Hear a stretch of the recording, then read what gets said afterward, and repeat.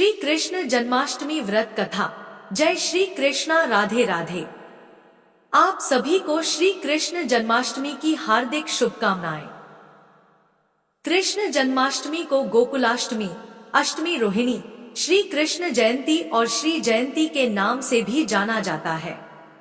इस दिन अर्धरात्रि में अष्टमी तिथि और रोहिणी नक्षत्र के संयोग में भगवान श्री कृष्ण का जन्म हुआ था, तो उसी दिन जन्मोत्सव के रूप में मनाया जाता है। भगवान श्री हरि विष्णु के अवतार माने जाने वाले प्रभु श्री कृष्ण का हिंदू धर्म में बहुत ही बड़ा महत्व है। श्री कृष्ण भाद्र माह के कृष्ण पक्ष की जन्माष्टमी अष्टमी तिथि को मनाई जाती है। श्री कृष्ण जन्माष्टमी के दिन सबसे पहले सुबह उठकर ओम नमो भगवते वासुदेवाय नमः का जाप करना चाहिए। इसके बाद स्नान करके सूर्य देव को जल अर्पित करना चाहिए। अगर आपके घर में बाल स्वरूप लड्डू गोपाल की मूर्ति स्थापित हो तो वहां पर साफ सफाई करके गंगाजल डालकर शुद्ध करना चाहिए। इसके बाद अशोक की पत्ती, फूल माला, सुगंध इत्यादि चीजों से वहां पर खूब सजाना चाहिए और साथ ही इस जगह पर छोटे छोटे खिलौने भी रखने चाहिए और पालना भी लगाना चाहिए। प्रसन्न मन के साथ श्री हरि का कीर्तन करें और व्रत रखें। संभव हो तो निराहार अथवा फल आहार व्रत रखें। फिर शाम के समय भजन कीर्तन करें, पूजन करें और अर्धरात्रि को जब भगवान श्री कृष्ण का जन्म हो जाता है तो सबसे पहले थाली बजाएं। उसके बाद कृष्ण भगवान को पंचामृत से स्नान कराएं। प्रभु को पकवान, माखन, मिश्री आदि चीजों का भोग लगाना चाहिए। साथ में तुलसी दल भी अवश्य अर्पित करें। अपने परिवार की सुख शांति की मंगल कामना करें और फिर उस प्रसाद को घर के लोगों में, आस पड़ोस में बांट देना चाहिए। मान्यता है कि जन्माष्टमी पर श्री कृष्ण के बाल स्वरूप की पूजा करने से हर दुख, दोष और दरिद्रता दूर हो जाती है।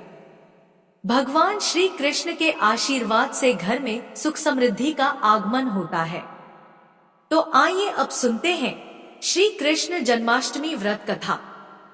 जन्माष्टमी की यह कथा चुपके से भी सुनने से समस्त तकलीफें, बीमारियां सब समाप्त हो जाती हैं और पितृदोष, मंगल दोष, काल सर्प दोष, क्षण दोष तुरंत ठीक हो जाते हैं। मित्रों, इस कथा को बीच में नहीं छोड़ा जाता, इसीलिए इस कथा को बीच में ना छोड़े, पूरी अवश्य सुने। मित्रों, पौराणिक कथाओं के अनुसार कृष्ण पक्ष की अष्टमी तिथि को वासुदेव कृष्ण माता देवकी की 8वीं संतान के रूप में जन्म लिया था और कृष्ण जी का जन्म वृंदावन में कंस के कारागार में हुआ था। तब माता देवकी राजा कंस की बहन थी। कंस को सत्ता का लालच था। उसने अपने पिता राजा उग्रसेन की राजगद्दी छीनकर उन्हें जेल में बंद कर दिया था और स्वयं को मथुरा का राजा घोषित कर दिया था। राजा कंस अपनी बहन देवकी से बहुत प्रेम करते थे। उन्होंने अपनी बहन का विवाह वासुदेव से कराया था। लेकिन जब वह मां देवकी को विदा कर रहा था तभी एक आकाशवाणी हुई कि देवकी का 8वां पुत्र कंस की मौत का कारण बनेगा। यह सुनकर कंस डर गया। उसने तुरंत अपनी बहन और उनके पति वासुदेव को जेल में बंद कर दिया और उनके आसपास सैनिक और पहरेदार लगा दिए। कंस अपनी मौत के डर से देवकी और वासुदेव के 7 संतानों को मार चुका था। कृष्ण जी का जन्म इसके बाद भाद्रपद मास के कृष्ण पक्ष की अष्टमी तिथि को रोहिणी नक्षत्र, अंधेरी रात में वासुदेव कृष्ण ने देवकी की 8वीं संतान के रूप में जन्म लिया। श्री कृष्ण के जन्म लेते ही कोठरी प्रकाश में हो गई और आकाशवाणी हुई कि विष्णु जी ने कृष्ण जी के अवतार में देवकी के यहाँ जन्म लिया है। उन्हें गोकुल में बाबा नंद के पास छोड़ आए और उनके घर एक कन्या जन्मी है, उसे मथुरा लाकर कंस को सौंप दे। आकाशवाणी सुनते ही वासुदेव के हाथों की बेड़ियां खुल गई। सभी पहरेदार सोने लगे। कान्हा को एक टोकरी में रखकर सिर पर रख लिया और गोकुल की ओर चल पड़े। कान्हा को गोकुल धाम ले जाने में वासुदेव को कई मुसीबतों का सामना करना पड़ा। यमुना नदी, कृष्ण जी के चरणों को स्पर्श करने के लिए उफान पर आ गई, लेकिन चरण स्पर्श के बाद वह फिर से शांत पड़ गई और बाल गोपाल को बाबा नंद के पास छोड़ आए। गोकुल से कन्या को लेकर वापस लौट आए और जेल अपने आप बंद हो गया और उनके हाथों में हथकड़ी लग गई। तब मित्रों, कन्या के रोने की आवाज सुनते ही सभी पहरेदार उठकर कंस को बताया। तब कंस बंदीगृह आया। वह कन्या को देवकी और वासुदेव की 8वीं कन्या समझकर उसे मारने चला, लेकिन वह कन्या आकाश में उड़ गई और फिर से आकाशवाणी हुई कि कंस को मारने वाला अब इस दुनिया में पैदा हो चुका है। बाबा नंद और उनकी पत्नी मां यशोदा ने कृष्ण जी का पालन पोषण किया। राजा कंस ने कृष्ण जी का पता लगाकर उन्हें मारने की खूब कोशिश की, लेकिन कंस की सारी कोशिशें विफल हुई और कृष्ण जी को कोई मार नहीं सका। अंत में श्री कृष्ण ने कंस का वध किया और राजा उग्रसेन को फिर मथुरा की राजगद्दी सौंप दी। इस तरह से जन्माष्टमी की व्रत कथा पूरी हुई। मित्रों, आगे बढ़ने से पहले अगर आप भी श्री कृष्ण जी के भक्त हैं, तो कमेंट में सच्ची श्रद्धा से जय श्री कृष्ण जरूर लिखें। मित्रों, आप जन्माष्टमी पर भूलकर भी ना करें यह गलतियां। तुलसी को लेकर ना करें यह गलती। जन्माष्टमी के दिन भूलकर भी तुलसी की पत्तियां तोड़ने से बचना चाहिए। दरअसल शास्त्रों में कहा गया है कि कृष्ण वासुदेव कृष्ण के अवतार हैं और उन्हें तुलसी अति प्रिय है। ऐसे में इस दिन तुलसी की पत्तियां नहीं तोड़नी चाहिए। जन्माष्टमी से पहले आप तुलसी तोड़कर रख लें। बिना तुलसी के जन्माष्टमी का पर्व अधूरा है। वासुदेव कृष्ण किसी भी ऐसे भोग को स्वीकार नहीं करते जिसमें तुलसी पत्र ना पड़ा हो। ऐसा भोग पाप के समान होता है और जहरीला माना जाता है। और चावल खाना, यह बात तो सभी जानते हैं कि एकादशी के दिन चावल नहीं खाने चाहिए, लेकिन बहुत ही कम लोग जानते हैं कि जन्माष्टमी के दिन भी चावल खाना वर्जित होता है। मित्रों, चाहे आप व्रत रखें या ना रखें, लेकिन जन्माष्टमी के दिन चावल खाना शुभ नहीं माना जाता और तामसिक भोजन, जन्माष्टमी के दिन तामसिक भोजन वर्जित माना जाता है। ऐसे में इस दिन मांस, मदिरा, प्याज और लहसुन नहीं खाना चाहिए। मित्रों, इस दिन गलती से भी लहसुन प्याज का खाना कभी मत बनाना, क्योंकि राहु केतु के कारण ही लहसुन प्याज की उत्पत्ति हुई है। वासुदेव विष्णु और राहु केतु के बीच भीषण शत्रुता होती है। वासुदेव कृष्ण के लिए सभी भक्त एक समान होते हैं। ऐसे में इस दिन किसी भी व्यक्ति का अनादर करने से बचना चाहिए। एक बार वासुदेव कृष्ण के भक्त ने एक इंसान का अपमान कर दिया था। उसी क्षण वासुदेव कृष्ण ने अपने भक्त को श्राप दिया था। इसीलिए किसी का भी अपमान ना करें। और मित्रों, कृष्ण जन्माष्टमी पर भूल से भी जानवर को सताना नहीं चाहिए। पशु वासुदेव कृष्ण को बहुत ही प्रिय है, क्योंकि कृष्ण अवतार में उनका पालन पोषण एक ग्वाले के घर में हुआ था। ऐसे में जन्माष्टमी के दिन किसी भी गौ माता को भूलकर भी नहीं सताना चाहिए। वासुदेव कृष्ण गौ माता को सबसे प्रिय मानते हैं, गौ माता को सबसे ज्यादा लगाव करते हैं। इसीलिए गौ माता को इस दिन रोटी, फल वगैरह मिठाई अवश्य खिलाएं। और दोस्तों, जन्माष्टमी के दिन केवल सात्विक खाना खाएं। जन्माष्टमी व्रत में दूध और दही जरूरी है। व्रत के दौरान ताजे फलों के शेक, लस्सी, छाछ या दूध का सेवन कर सकते हैं और नारियल पानी पी सकते हैं। जन्माष्टमी के दिन पेड़ों को काटना भी अशुभ माना जाता है। दोस्तों, श्री कृष्ण हर चीज में बसते हैं और हर चीज में बसती हैं। बल्कि हो सके तो इस दिन ज्यादा से ज्यादा पेड़ लगाने चाहिए। इससे घर और परिवार में सुख और शांति बनी रहती है। वासुदेव कृष्ण सदा पीपल के वृक्ष में रहते हैं। पीपल वृक्ष पर जन्माष्टमी पर जल अवश्य अर्पित करें, इससे वह प्रसन्न जल्दी होते हैं। मित्रों, जन्माष्टमी के दिन ब्रह्मचर्य का पालन करना अनिवार्य होता है। इस दिन पूरे पवित्र मन से वासुदेव की पूजा करनी चाहिए। कम से कम इस दिन पत्नी से दूर रहना चाहिए। जो पति पत्नी जन्माष्टमी पर एक दूसरे से दूर रहते और संयम और नियम का पालन करते हैं, तो उन्हें एक सुशील और सुंदर पुत्र की प्राप्ति होती है। और ऐसे बालक का मुख वासुदेव कृष्ण की तरह होता है और शरीर वासुदेव कृष्ण की तरह कोमल होता है। भक्तों, जो लोग इस दिन व्रत रखते हैं, तो उन्हें रात में 12 बजे से पहले अपना व्रत नहीं खोलना चाहिए। उससे पहले व्रत खोलने से पूजा का फल नहीं मिलता है और व्रत भी अधूरा माना जाता है। मित्रों, आप जन्माष्टमी पर इन मंत्रों का जाप करें। वासुदेव कृष्ण की कृपा से आपकी समस्त गरीबी दूर हो जाएगी, आप धनवान हो जाएंगे और आपके घर में राधा रानी की कृपा बरसेगी और माता लक्ष्मी की कृपा बरसेगी। मित्रों, श्री कृष्ण मंत्र नमो भगवते वासुदेवाय, श्री कृष्ण के इस मंत्र का जाप करने से धन धान्य की प्राप्ति होती है। ऐसे में जन्माष्टमी के विशेष अवसर पर इस मंत्र का जाप करने से साधक को शुभ फलों की प्राप्ति होती है। हरे कृष्णा कृष्णा कृष्णा हरे हरे, हरे राम राम राम हरे हरे मंत्र का सुनने से वासुदेव श्री कृष्ण के कान खड़े हो जाते हैं। वह भक्त की पुकार अवश्य सुनते हैं। कम से कम इस मंत्र का जाप 21 बार अवश्य करें या फिर 108 बार भी आप जाप कर सकते हैं। बहुत ही शुभ माना जाता है।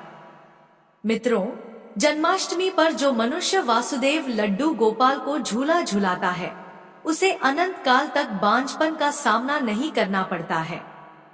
वासुदेव लड्डू गोपाल की कृपा से ऐसी स्त्री को सुंदर पुत्र की प्राप्ति होती है। मित्रों, जन्माष्टमी पर मोर पंख अवश्य लाएं और मंदिर में स्थापित करें। वासुदेव कृष्ण की बंसी जन्माष्टमी पर अवश्य लेकर आएं। अगर आप व्रत रख रहे हैं, तो वासुदेव लड्डू गोपाल के खिलौने आदि जरूर लेकर आना चाहिए। इसे लाना मत भूलना। और जन्माष्टमी पर कड़ियां आप ला सकते हैं और वासुदेव कृष्ण की स्थापना कर सकते हैं। दोस्तों, इस दिन गलती से भी किसी भी मित्र को गिफ्ट के तौर पर वासुदेव कृष्ण को उपहार में कभी मत देना। इससे घर की लक्ष्मी रुष्ट हो सकती है। और जन्माष्टमी पर सोने, चांदी, तांबा, पीतल की खरीदारी आप कर सकते हैं। बहुत शुभ माना जाता है। जन्माष्टमी पर पालना अवश्य लेकर आना, इसमें लड्डू गोपाल जी झूला झूले।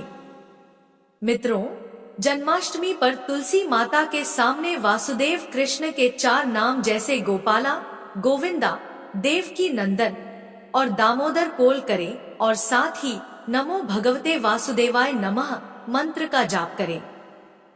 ऐसा करने से सभी समस्याएं दूर हो जाएंगी। माता तुलसी आपके घर को धन धान्य से भर देंगी। जन्माष्टमी के दिन भोग में मक्खन के साथ तुलसी दल जरूर डालें और वह वासुदेव कृष्ण को अर्पित करें। मित्रों, जन्माष्टमी के शुभ अवसर पर नमक का विशेष उपाय अवश्य करना चाहिए। दोस्तों, नमक का यह उपाय करने से आपके समस्त पाप नष्ट हो जाएंगे, गरीबी दूर हो जाएगी, आपकी नौकरी लग जाएगी और संतान प्राप्ति हेतु व्यापार चलाने के लिए भी यह उपाय जरूर करें। मित्रों, हम भी नमक का यह उपाय जरूर करते हैं। अगर आपने यह उपाय कर लिया, तो आपको करोड़पति होने से कोई नहीं रोक पाएगा। वासुदेव कृष्ण का विशेष आशीर्वाद मिलेगा। दोस्तों, उपाय है नमक का पैकेट, 50 ग्राम सूखी लाल मिर्च, 500 ग्राम चावल, 100 ग्राम उड़द की दाल, 50 ग्राम आटा और दक्षिणा तथा एक पानी की बोतल और काले तिल। बस इतनी सी सामग्री एक थैली में एकत्रित कर लें। मित्रों, उसके बाद किसी भी गरीब बुजुर्ग या गरीब महिला को चुपके से दान दें और पीछे मुड़कर ना देखें। घर को वापस चले आएं। मित्रों, आप यकीन मानो, गुरु परंपरा से प्राप्त यह उपाय आपकी काया पलट कर रख देगा। आपकी दिन दूनी रात चौगुनी तरक्की करेंगे। मित्रों, यह उपाय हम भी जरूर करते हैं। पौराणिक पुस्तक और शास्त्रों में लिखा उपाय आज हम आपको बता रहे हैं। यह उपाय जन्माष्टमी के दिन जरूर करें, आपका भाग्य उदय हो जाएगा। दोस्तों, यह उपाय हर जन्माष्टमी के दिन जरूर करना चाहिए। मित्रों, बात कर लेते हैं कृष्ण जन्माष्टमी पर लड्डू गोपाल की पूजा कैसे करें। वासुदेव श्री कृष्ण के जन्म के बाद प्रभु का अभिषेक किया जाता है। खीर से बाहर निकालने के बाद लड्डू गोपाल का कच्चे दूध, दही, घी, शहद और गंगाजल से अभिषेक करें। इसके बाद किसी साफ कपड़े से वासुदेव प्रभु की मूर्ति को पोंछें और उन्हें वस्त्र पहनाएं। अब प्रभु का आभूषणों से श्रृंगार करें और उन्हें मुकुट पहनाएं। हाथों में बांसुरी, कानों में कुंडल, पैरों में पायल और गले में माला पहनाएं। इसके बाद मित्रों, प्रभु पर पीले रंग के पुष्प चढ़ाएं और पीला चंदन लगाएं। अब प्रभु को अक्षत, इत्र और फल चढ़ाएं। इसके बाद धूप और घी के दीपक से प्रभु की आरती पूरी श्रद्धा के साथ करें। कान्हा जी को माखन बेहद पसंद है, इसलिए लड्डू गोपाल को माखन, मिश्री या खीर का भोग लगाएं। अंत में क्षमा प्रार्थना करें और कृष्ण वासुदेव के मंत्रों का जाप भी कर सकते हैं। वहीं जन्माष्टमी पर भजन कीर्तन करने का भी विशेष महत्व होता है। अब हम आपको भागवत कथा का श्रवण कराएंगे। इसे जन्माष्टमी के दौरान सुनने से आपके सारे दुख तकलीफ खत्म हो जाएंगे। तो चलिए बने रहिए, क्योंकि आधा अधूरा ज्ञान बहुत ही हानिकारक होता है। तो चलिए शुरू करते हैं। जय श्री कृष्ण। हमारी जिंदगी में अक्सर ऐसे पल आते हैं जब हम दुविधा में होते हैं और सही समय पर सही निर्णय नहीं ले पाते हैं। ऐसे में श्रीमद् भागवत गीता के एक श्लोक में मानव जीवन की हर समस्या का समाधान छिपा है। यदि आप किसी दुख का सामना कर रहे हैं या कोई समस्या है या फिर ऐसी राह में फंस गए हैं कि है दो रास्ते और आप समझ नहीं पा रहे कि कौन सा रास्ता चुनना चाहिए, तो आज का वीडियो आप सभी के लिए खास होने वाला है। भागवत गीता का उपदेश सुनते ही आपकी सभी समस्याओं का तुरंत समाधान किया जाएगा और आप बहुत शांत महसूस करेंगे। कहते हैं कि गीता पढ़ने या सुनने से आपके सभी जन्मों के पाप इसी जन्म में नष्ट हो जाते हैं। स्वयं भगवान श्री कृष्ण ने अर्जुन को उपदेश दिया था, जो भगवत गीता के रूप में दिया गया है। हालांकि यह पुराना है, फिर भी यह आपको आज के समय में भी आपकी सभी समस्याओं का समाधान दे सकता है। भागवत गीता आपको जीवन जीने का एक ऐसा तरीका सिखाती है जो विश्वास और त्याग पर निर्भर करता है। जब तक आपको किसी चीज पर विश्वास नहीं होता, आप उसे हासिल नहीं कर सकते। और जब तक आप बलिदान नहीं देंगे, आप चाहे कुछ भी कर लें, आप उसे हासिल नहीं कर पाएंगे। केवल विश्वास और त्याग से आप सब कुछ हासिल कर सकते हैं। दोस्तों, आज के वीडियो में हम आपको भागवत गीता के बीच ऐसे उपदेशों के बारे में बताएंगे जो आपको अवश्य सुनने चाहिए। इन्हें सरल तरीके से समझाया गया है। ध्यान से सुने और अपने दोस्तों के साथ शेयर करें। गीता की पहली सलाह है, यह कहावत तो आपने सुनी ही होगी, क्रोध भ्रम पैदा करता है। भ्रम मन को व्याकुल कर देता है। परेशान हो तो तर्क नष्ट हो जाता है, और जब तर्क नष्ट हो जाता है तो व्यक्ति गिरता है। यह बात भगवान श्री कृष्ण ने कही थी। श्री कृष्ण कहते हैं कि क्रोध एक ऐसा जहर है जो इंसान को नहीं मारता, लेकिन यह उसे नष्ट कर देता है।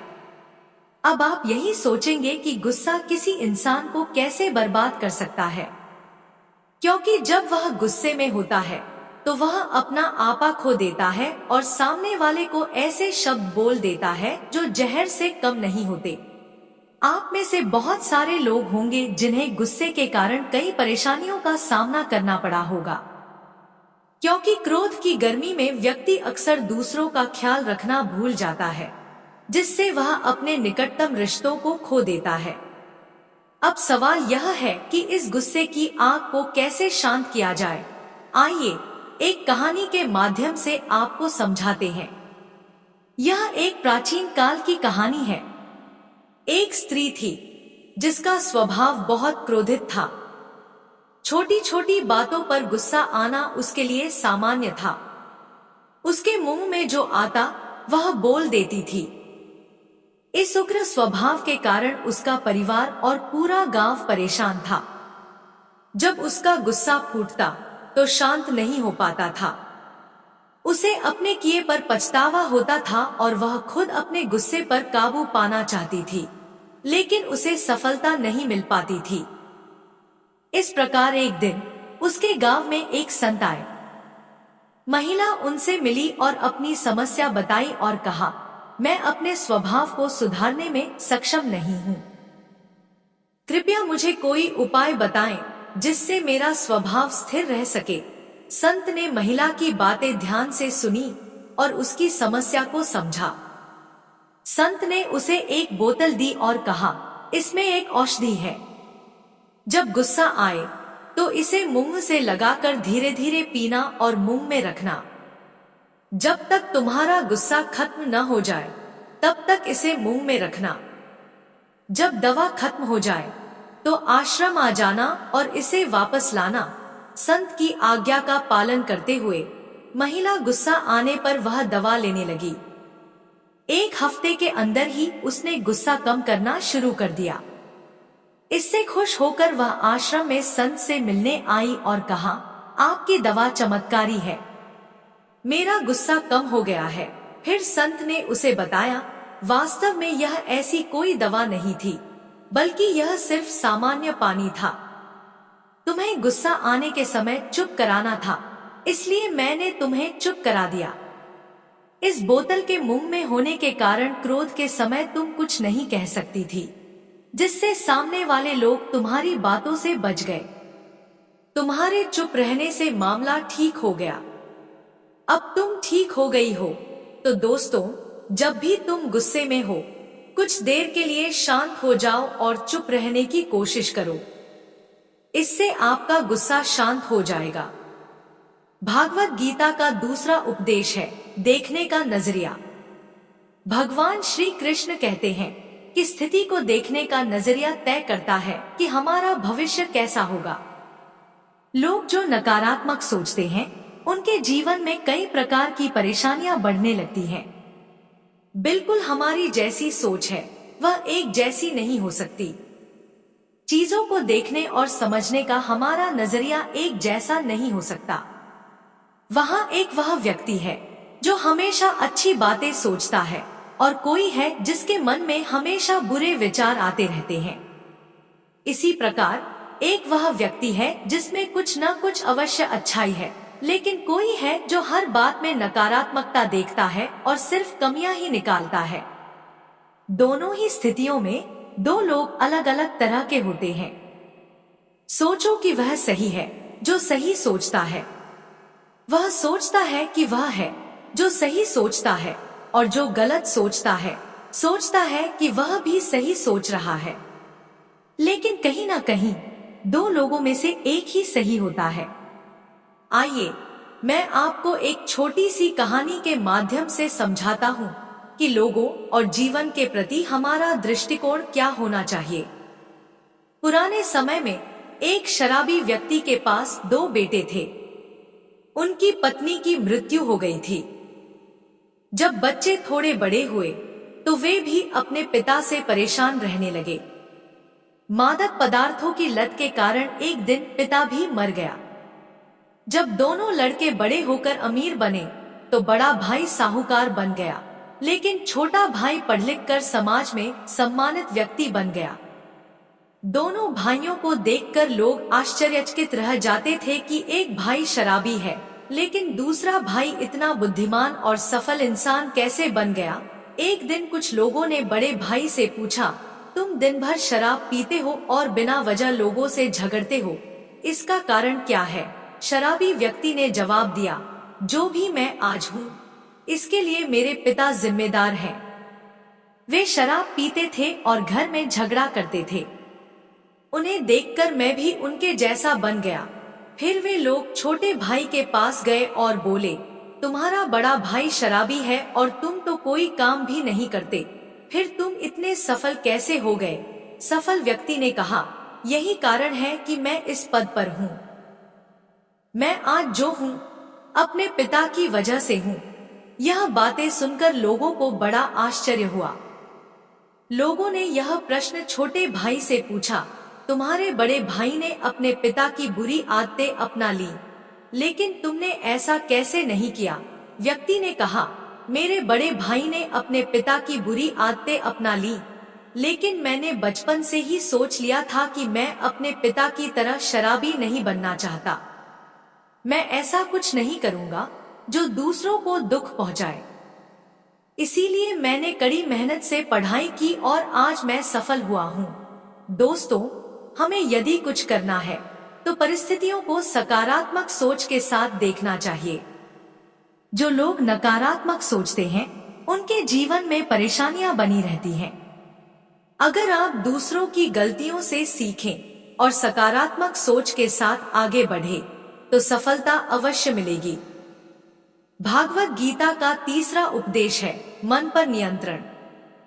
भगवान श्री कृष्ण के इस उपदेश में यह बताया गया है कि मन को नियंत्रित करना बहुत आवश्यक है, क्योंकि मन चंचल है लेकिन वह हमारे वश में है। मन हमारी अद्वितीय शक्ति है, जिसके सही प्रयोग से हम किसी भी बाधा को दूर कर सकते हैं। आपके जीवन में अच्छाई पैदा करने के लिए आपका मन सबसे महत्वपूर्ण है, लेकिन अगर इसका सही तरीके से उपयोग नहीं किया जाए तो यह आपके जीवन की सबसे विनाशकारी शक्ति भी हो सकता है। आपका मन, विशेषकर आपके विचार, आपके जीवन को प्रभावित करते हैं। इसीलिए जीवन को ठीक से जीने के लिए हमें अपने मन पर पूरा नियंत्रण रखना होगा। भागवत गीता में भगवान श्री कृष्ण कहते हैं कि मन की चंचलता उसका स्वभाव है। हमारा दिमाग ऐसा महसूस करता है कि अगर यह अलग अलग चीजों के बारे में सोचता रहेगा तो यह हमें हर मुश्किल से बचाएगा, लेकिन ऐसा नहीं होता। हम अपने जीवन का बहुत सा समय सोच और चिंता में बिताते हैं। आपके साथ जो हुआ उसे आप नहीं बदल सकते। आप मेंढक को भी कह सकते हैं जो पानी देखते ही कूद पड़ता है। हमारे मन में भी कुछ ऐसा ही होता है। जीवन में जो भी घटित होता है, अच्छा या बुरा, उस पर हमारा मन काम करने लगता है। काम से मेरा मतलब है चिंता। परेशान होना कोई बुरी बात नहीं है, लेकिन मन की शांति बहुत महत्वपूर्ण है। मुझे ऐसा लगता है कि हम में से बहुत से लोग बस परेशान होने के लिए जी रहे हैं, और सारी परेशानियां, दर्द, दुविधाएं अक्सर हमारे मन द्वारा रची गई कहानियां होती हैं। ध्यान रखें कि आपकी परेशानियां सिर्फ आपकी हैं। यह दिमाग की एक स्थिति है। इससे छुटकारा पाने के लिए आपको अपने मन को शांत रखकर सही उपायों पर काम करना होगा। अगर आप चाहते हैं कि आपका मन शांत रहे तो मैं आपको एक कहानी के माध्यम से समझाता हूँ। एक व्यापारी के पास बहुत पैसे थे, लेकिन फिर भी उसके पास मन की शांति नहीं थी। एक दिन की बात है कि एक नगर में एक संत रहते थे जिनसे लोगों को शांति मिलती थी। सेठ उस संत के पास गया और बोला, महाराज, मेरे पास बहुत पैसा है लेकिन मन की शांति नहीं है। साधु ने कहा, बेटा, तुम मेरी तरह चुपचाप देखो, इससे तुम्हें मन में शांति पाने की युक्ति मिलेगी। अगले दिन साधु ने सेठ को तेज धूप में बैठाया और स्वयं झोपड़ी में चला गया। सेठ गर्मी से बेहाल हो गया, लेकिन वह चुप रहा। साधु ने उसे कुछ भी खाने को नहीं दिया और खुद तरह तरह के व्यंजन खाते रहे। इस दिन भी सेठ चुप रहा। पर तीसरे दिन जब सेठ गुस्से में वहां से जाने लगा तो साधु ने पूछा, क्या हुआ? सेठ ने कहा, महाराज, मैं बड़ी आशा लेकर यहाँ आया था, लेकिन यहाँ मुझे निराशा ही हाथ लगी। इस पर साधु ने कहा, मैंने तुम्हें शांति की युक्ति बताई थी। पहले दिन जब मैंने तुम्हें धूप में बैठने के लिए कहा था और मैं स्वयं झोपड़ी में बैठ गया था, तो तुमसे कहा था कि मेरी छाया से तुम्हें कोई फायदा नहीं होगा। मैंने तुम्हें भूखा रखा और स्वयं पेट भर खाया। इसी से मैंने तुम्हें समझाया कि मेरी साधना से तुम्हें शांति नहीं मिलेगी। जिस तरह से आप मेहनत करेंगे, अपनी मेहनत और प्रयास से ही शांति प्राप्त होगी। मैं आपके मन को शांत नहीं कर सकता। इसके लिए आपको स्वयं ऐसे कार्य करने होंगे जिनसे मानसिक शांति मिले। यह सुनकर सेठ की आंखें खुल गईं और उसने साधु से आशीर्वाद लिया और अपने घर चला गया। दोस्तों, मन को शांत करने के लिए जब तक आपके पास शांति नहीं होगी, तब तक आपको क्रोध और बुरी चीजों से बचना होगा। आपके दिमाग में जब तक क्रोध और बुरी बातें होंगी, तब तक प्यार और शांति इसमें प्रवेश नहीं कर सकते। भागवत गीता का चौथा उपदेश है स्वयं के प्रति जागरूक होना। भगवान श्री कृष्ण भागवत गीता में कहते हैं कि जीवन में सफल होने के लिए पहला काम है खुद को पहचानना। यानी सफलता की पहली सीढ़ी है अपने आप को पहचानना। खुद को पहचान कर आप उचित रूप से जीवन में सफल हो सकते हैं। अपने आप को पहचानने का मतलब, अगर कम शब्दों में कहें तो खुद को पहचानने का मतलब है कि उन बाधाओं, परेशानियों, रुकावटों, निराशाओं और असफलताओं पर काबू पाना जो आपके और आपके लक्ष्य के बीच आती है। इसे पाने के लिए खुद को पहचानना जरूरी है। खुद को पहचानो। हमें सबसे पहले खुद से बात करनी होगी, यानी सबसे पहले हम अपने आप को पहचानने की कोशिश करेंगे। मैं कौन हूं? मैं कैसा हूं? मेरा अस्तित्व क्या है? मेरे अंदर कौन है? मेरे पास क्या क्षमताएं हैं? मुझ में क्या क्या कमियां हैं? मुझ में क्या अच्छे गुण हैं? मैं कैसे सोचता हूं? मेरे जीवन का उद्देश्य क्या है? मेरे जीवन का लक्ष्य क्या है? वह कार्य जो मैं बढ़ते ओमान में कर रहा हूं। अगर आप यह समझ जाते हैं तो मेरा उद्देश्य पूरा हो जाएगा और मैं अपने लक्ष्य तक पहुंच गया। अगर मेरा काम मेरे उद्देश्यों को पूरा नहीं कर रहा है और मैं अपने लक्ष्य तक पहुंचने में सक्षम नहीं हूं, तो क्या मैं गलतियां कर रहा हूं कि मैं अपना लक्ष्य हासिल नहीं कर पा रहा हूं? क्या स्वयं में कुछ ऐसा है जो पूर्णता प्राप्त करने और अपने लक्ष्य तक पहुंचने में बाधा बन गया है? दुनिया में ज्यादातर लोग खुद को जानने में असफल होने के कारण ही इसका शिकार होते हैं। खुद को जानने की बजाय वे दूसरों को जानने में लगे रहते हैं और दूसरों को जानने में वे अपना सारा दिमाग खर्च कर देते हैं। उनका सारा समय, उनकी सारी ताकत दूसरों को समझने की कोशिश में ही निकल जाती है, फिर भी वे सामने वाले को नहीं जान पाते। यदि कोई व्यक्ति दूसरों को जानने की बजाय अपना सारा दिमाग, अपना सारा समय और अपनी सारी शक्ति स्वयं को जानने में लगाता है, तो क्या हम यह नहीं कह सकते कि वह कुछ ऐसा करेगा कि दुनिया उसके चरणों में होगी? उस व्यक्ति को खुद पता नहीं चलेगा कि उसने जो कारनामा किया है। इसीलिए जागो और अपने आप को पहचानो। अपनी ताकत को पहचानो, तभी तुम इतिहास रच सकते हो। भागवत गीता का 5वां उपदेश है स्वयं का निर्माण करें। श्री कृष्ण कहते हैं कि मानव जीवन अमूल्य है, इससे कोई इनकार नहीं करता, लेकिन यह भी एक विडंबना है कि हम ईश्वर के अंश, शरीर का उतना आदर नहीं करते हैं जितना हमें वास्तव में करना चाहिए। उन सभी को शरीर की ऊर्जा और सुंदरता के बारे में बहुत चिंता ना करें, लेकिन शरीर के भीतर बैठे भगवान को सब देखता है और हम कभी भी मंदिर जैसे निवास के प्रति जागरूक नहीं होना चाहते। इसीलिए हम भौतिक सुख दुख के चक्र में उलझे रहते हैं और अपने ही विकास के प्रति लापरवाह बने रहते हैं। इसके परिणाम स्वरूप न केवल हम पर असर पड़ता है, बल्कि हमारा परिवार, समाज, राष्ट्र और पूरा विश्व भी प्रभावित होता है। अगर हम आज की सबसे बड़ी जरूरत की बात करें तो वह स्वयं का निर्माण करना है। हमें विचार करना होगा कि अपना निर्माण कैसे करें। भगवान ने हमें सर्वश्रेष्ठ बनाया, लेकिन इसे स्वीकार कर लेने से ही हम सर्वश्रेष्ठ नहीं बन जाएंगे। हमें अपने विचारों, शब्दों और कर्मों से बेहतर बनना होगा। जब तक हम स्वयं को ईश्वर की एक इकाई नहीं मानते, तब तक हमारा या आपका कोई भला नहीं हो सकता। हमें अपने शरीर रूपी मंदिर को महत्व देना चाहिए और उसके भीतर बैठे हुए जीवित तत्व की स्वच्छता और उसकी रक्षा का ध्यान रखना होगा। समर्पण की भावना से हमें बाहर के विकास से ज्यादा अपने अंदर के विकास की चिंता करनी होगी। इसके लिए हमें केवल अच्छे और सकारात्मक बिंदुओं पर ध्यान देना होगा। हम दूसरों की भी मदद करेंगे और अपने आप को भी सुधारेंगे। हमें यह मानना होगा कि हम सर्वशक्तिमान ईश्वर के बच्चे हैं। सर्वशक्तिमान ईश्वर के सभी गुण हमारे भीतर हैं।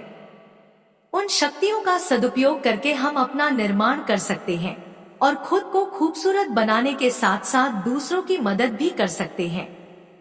हमारा परिवार, समाज, राष्ट्र और संपूर्ण सृष्टि इसी पर आधारित है। आज हमारे जीवन में आत्मनिर्माण की पहली सुबह होनी चाहिए और सबसे पहले हमें अपने स्वयं के निर्माण के लिए प्रयास करना चाहिए। मेरा विश्वास करो, असंभव का विचार ही संभव की राह में सबसे बड़ी बाधा है। इसलिए ताला लगा दीजिए, असंभव को संभव बना दीजिए। स्मरण करो, मंत्र का जाप करो। आपकी पहचान आप नहीं, आपका व्यक्तित्व है। आपके व्यक्तित्व को रेखांकित करने वाला कोई दूसरा नहीं है। भागवत गीता का छठा उपदेश है, कर्म करो, परिणाम की चिंता मत करो। श्री कृष्ण ने इसका महत्व बताया है। भागवत गीता में कर्म, परिणाम और परिणाम के बीच संबंध को समझाते हुए कहा गया है कि हमें काम करना चाहिए, लेकिन परिणाम की चिंता नहीं करनी चाहिए। इसका अर्थ यह है कि हम अपने कार्यों के परिणाम की भविष्यवाणी कर सकते हैं, लेकिन परिणाम निश्चित होते हैं। इसलिए नतीजों की चिंता मत करो। इसकी वजह से हमें बहुत कुछ झेलना पड़ता है, जैसे चिंता और तनाव। श्री कृष्ण इससे भी आगे बढ़कर कहते हैं कि अपना काम करना हमारा कर्तव्य है, लेकिन हमें कर्म फल के बंधन से मुक्त होकर अपना कर्म करना चाहिए। हम अपने कर्मों के फल की चिंता करके अपना कर्तव्य नहीं निभा पाते हैं। भगवान श्री कृष्ण कहते हैं कि जब हम कर्म करते हैं तो हमें अपने कर्तव्य के प्रति उत्साह और दृढ़ संकल्प रखना चाहिए, जो सफल जीवन के लिए आवश्यक है। मैं आपको एक कहानी के माध्यम से यह स्पष्ट कर दूं। एक राजा था जो अपनी प्रजा का बहुत ख्याल रखता था। वह अपनी प्रजा के बीच जाता था और उनकी समस्याएं सुनने की कोशिश करता था और उनकी समस्याओं का समाधान करता था। इसीलिए उनकी कर्तव्यपरायणता की खबर दूर दूर तक फैल गई। एक बार जब राजा अपने राज्य में भ्रमण पर थे, उनके कुर्ते का एक बटन टूट गया। यह देखकर राजा ने तुरंत अपने मंत्री को बुलाया और आदेश दिया कि गांव से किसी अच्छे दर्जी को बुलाओ और कुर्ते का बटन ठीक करवाओ। यह सुनकर मंत्री ने गांव में दर्जी की खोज शुरू कर दी। संयोगवश उन्हें एक दर्जी मिल गया। गांव में उसकी एक छोटी सी दुकान थी। वह दर्जी शीघ्र ही राजा के पास लाया गया।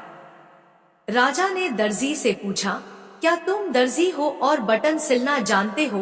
दर्जी ने कहा, हाँ, यह तो बहुत आसान काम है। दर्जी ने अपने बैग से धागा निकाला और कुर्ते का बटन लगा दिया। राजा बहुत खुश हुआ और उससे पूछा, उसे कितने पैसे देने चाहिए? इस पर दर्जी बोला, आप जो देना चाहें दे सकते हैं, मैं पैसे नहीं लूंगा। इस पर राजा ने कहा कि वह अवश्य इसका भुगतान करेंगे। दर्जी ने सोचा कि उसने तो बस धागा डाला, तो मैं इसके लिए 2 रुपए मांगूंगा। फिर दर्जी ने सोचा कि राजा शायद ऐसा सोचेगा कि 2 रुपए में इतना काम होता है, तो गांव वालों से कितना पैसा मिलेगा। यह सब सोचते हुए दर्जी ने कहा, आप जो देना चाहें दे सकते हैं। यह सुनकर राजा ने उन्हें उनकी क्षमता के अनुसार 2 गांव देने का निर्णय लिया। राजा ने कहा कि समाज में उनका रुतबा कम नहीं होना चाहिए, इसलिए उन्होंने यह आदेश दिया। दर्जी ने मन में सोचा कि वह तो रुपए मांग रहा था और वह 2 गांवों का स्वामी बन गया। दोस्तों, हम सब भी अपनी क्षमता के अनुसार सोचते हैं, परंतु परमेश्वर हमें सब कुछ अपने अनुसार देता है। हम भगवान से कई बार कम मांगते हैं, लेकिन हमें उसका 2 गुना मिलता है। भगवान हमारी क्षमता के आधार पर कुछ अच्छा और बढ़ा देता है।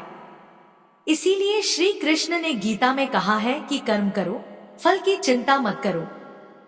यही इस कहानी का सार भी है।